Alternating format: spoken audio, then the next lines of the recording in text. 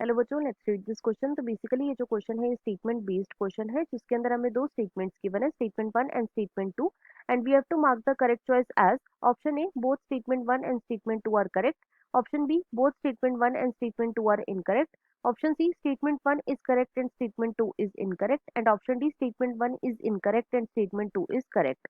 Statement 1 is given as in pteridophytes water is required for transfer of egg.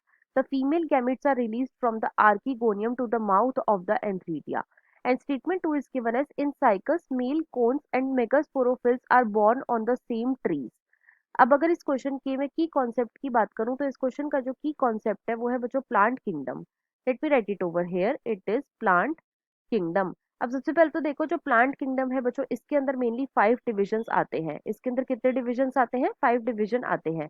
अब ये 5 division कौन कौन से होते हैं? तो बच्चों सबसे जो पहला डिवीजन आता है उसे हम बोलते हैं डिवीजन एल्गी, और एल्गी को बच्चों हम थैलोफाइटा भी बोलते हैं। क्यों? क्योंकि एल्गी की जो बॉडी होती है ये बेसिकली थैलॉइड टाइप की होती है, राइट। दूसरा जो डिवीजन आता है बच्चों उसे हम बोलते हैं division bryophyta. Second is division bryophyta. Third जो डिवीजन आता है बच्चों इसे हम बोलते हैं division pteridophyta. Third is division pteridophyta. Fourth जो डिवीजन आता है बच्चों उसे हम बोलते हैं division gymnosperm. Fourth is gymnosperm. और जो फिफ्थ डिवीजन आता है बच्चों इसे हम बोलते हैं एंजियोस्पर्म। Fifth is angiosperm. और देखो जो एंजियोस्पर्म होते हैं बच्चों इन्हें हम कॉमनली फ्लावरिंग प्लांट्स भी बोलते हैं। अब एक एक करके अपनी दोनों स्टेटमेंट्स को चेक करते हैं। स्टेटमेंट 1 में हमें गिवन है in pteridophyte water is required for the transfer of egg, the female gametes are release from the archegonium to the mouth of antheridia. तो बच्चों ये स्टेटमेंट हमें फॉल्स गिवन है।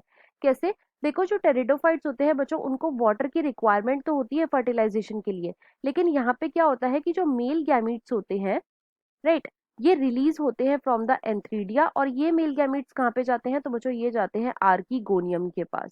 ये कहाँ जाते हैं? आर्किगोनियम के पास। लेकिन क्वेश्चन में हमें क्या गिवन है? क्वेश्चन के अंदर हमें गिवन है कि जो फीमेल गैमीट होते हैं ये रिलीज होते हैं आर्किगोनियम से, और ये कहाँ जाते हैं? ये माउथ ऑफ द एंथ्रीडिया के पास जाते हैं, राइट। तो ये स्टेटमेंट हमारी फॉल्स हो जाएगी। स्टेटमेंट 2 के अंदर हमें क्या गिवन है? स्टेटमेंट 2 में बच्चों हमें गिवन है in cycas male cones and megasporophylls are borne on the same trees. तो देखो ये स्टेटमेंट भी हमें फॉल्स गिवन है।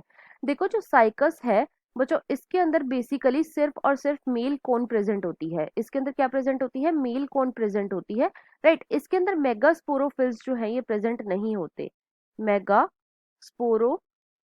जो है ये प्रेजेंट नहीं होते, मतलब कि ये कैसे होते हैं? ये एब्सेंट होते हैं। अब मेगास्पोरोफिल क्या होते हैं? तो बच्चों मेगास्पोरोफिल बेसिकली ऐसी लीव्स होती हैं जिसके ऊपर मेगास्पोरेंजियम प्रेजेंट होता है। जिसके ऊपर क्या प्रेजेंट होता है? मेगास्पोरेंजियम होता है। और बच्चों मेगास्पोरेंजियम को हम ओव्यूल भी बोलते हैं, राइट।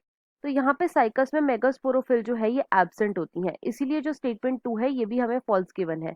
तो क्वेश्चन में हमें दोनों ही स्टेटमेंट इनकरेक्ट गिवन है, तो इसके अकॉर्डिंग जो हमारा मोस्ट अप्रोप्रिएट आंसर हो जाएगा वो है बच्चों ऑप्शन नंबर बी।